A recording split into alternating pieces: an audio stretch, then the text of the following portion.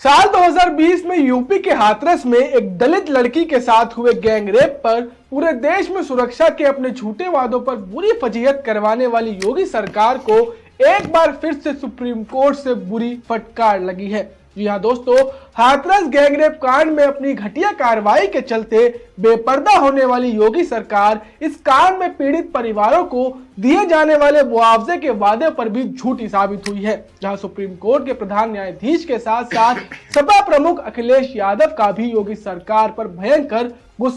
अस्सलाम वालेकुम वरहमतुल्लाहि वबरकातुहू।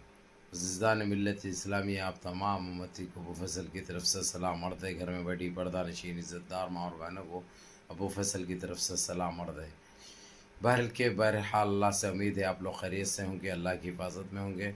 इन मलूनों की मलामत से, इन फ़िरक़ा परस्तों की फ़िरक़ा परस्ती से, इन दरिंदों की दरिंदगी से, इन मावलिंचरों की मावलिंचिंग से, इन बलात्कारियों की बलात्कारी से महफूज होंगे। अल्लाह आप लोगों को अपने हिफ्ज़ अमान में रखे, अल्लाह अपनी हिफाजत में रखे, अल्लाह हर आबा से, हर शर से आप लोगों को महफूज रखे।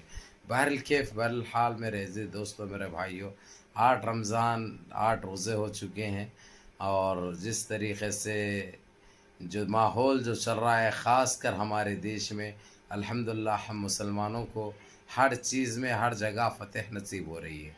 ये सब आप लोगों की तिलावतें, आप लोगों के रोज़े, आप लोगों के नमाज़ें, आप लोगों की दुआओं का असर है कि अल्हम्दुलिल्लाह हर चीज़ में कामयाबी और कामरानी हमको देखने नसीब हो रही है। बहरहाल अल्लाह आप लोगों के रोज़ों को, आप लोगों के तिलावतों को, आप लोगों के दुआओं को, आप लोगों के नमाज़ों को कबूल फ़रमाए। अल्लाह हम सब मुसलमानों को अपने हिफ्ज़ अमान में रखे, अल्लाह अपनी हिफाजत में रखे, इन शर पसंदों के शर से महफूज रखे।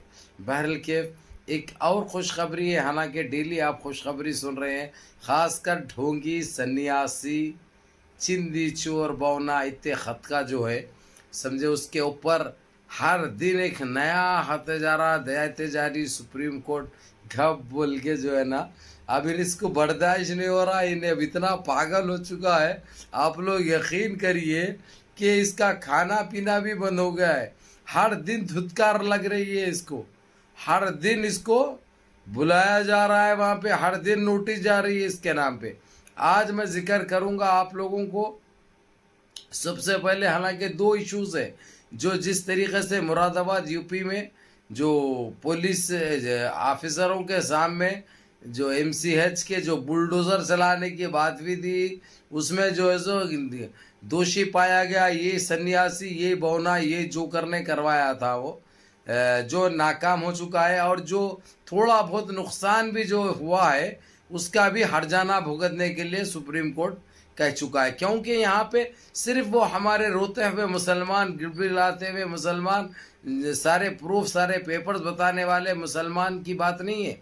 बात ये भी है, सुप्रीम कोर्ट ये इस तरीक़े से बारीकी से लिया जिस तरीक़े से इसने जो बेइज्जती की सुप्रीम कोर्ट के हिदायत की, सुप्रीम कोर्ट के अहकामात की, इसने मानने से भी इनकार कर दिया था। ये एक चीज़, इसलिए इसको ऑन द स्पॉट ड्यूटी से सस्पेंड कर दिया गया, ये तो आप लोगों को मालूम है।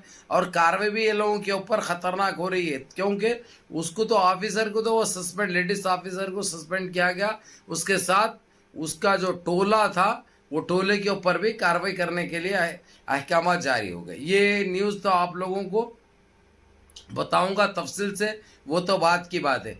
दूसरी आप लोगों को खबर ये दे दूं मैं, 2020 में एक हमारी दलित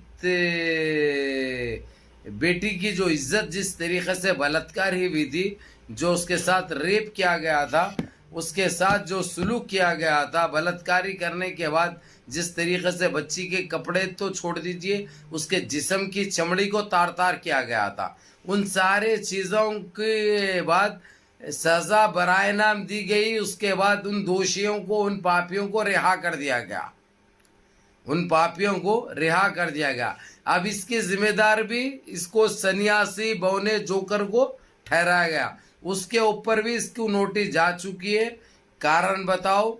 और वो जिसको जो छोड़ा था वो दोनों को गिरफ्तार करके उनको पिटगेट लगा के और फास्ट कार्रवाई करते हुए उनको ऐसी सज़ा दो और एक कानून लागू करो सारे उत्तर प्रदेश में।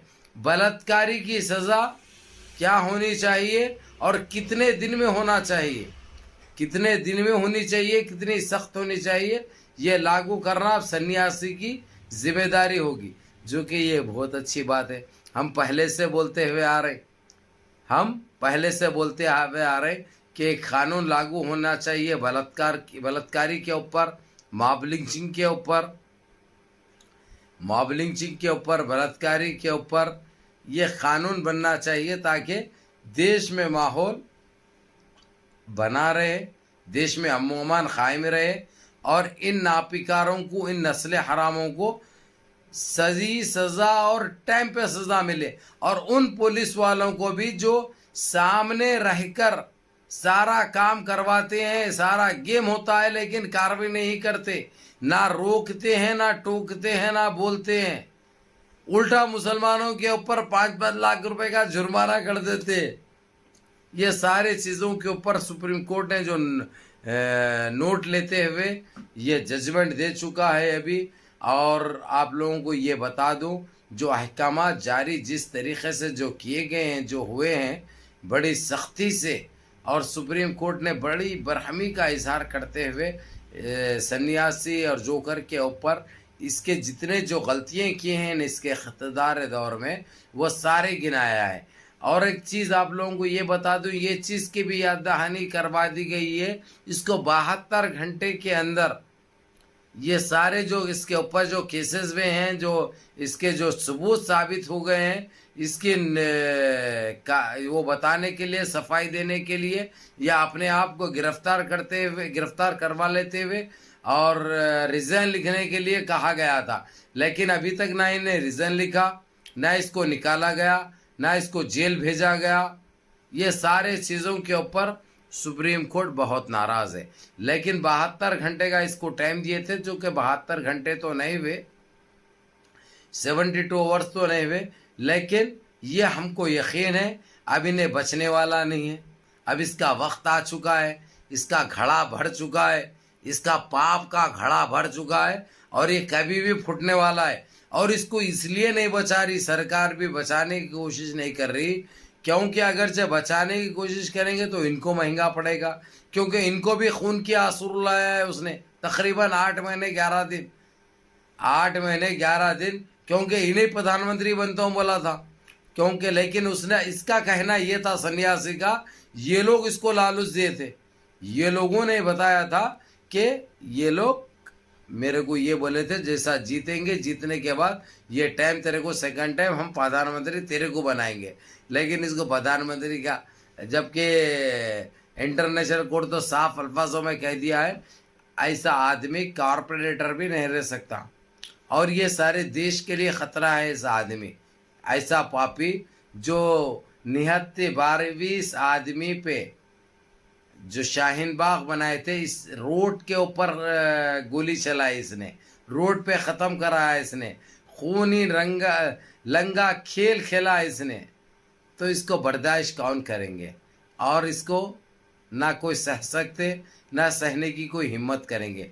और हम तो अल्लाह से दुआ करेंगे इसकी जैसी सोच रखने वाले भी खातियों को अल्लाह खाक में मिला दे, अल्लाह नस्ते नाबूद कर दे, अल्लाह ज़मीन बोस कर दे। बहरल केफ मेरे अजीज़ दोस्तों, मेरे भाइयों, आप लोगों को यही सुनाना ये रखा मैंने 34 सेकंड का, ताकि आप लोग अपनी आँखों से देखो।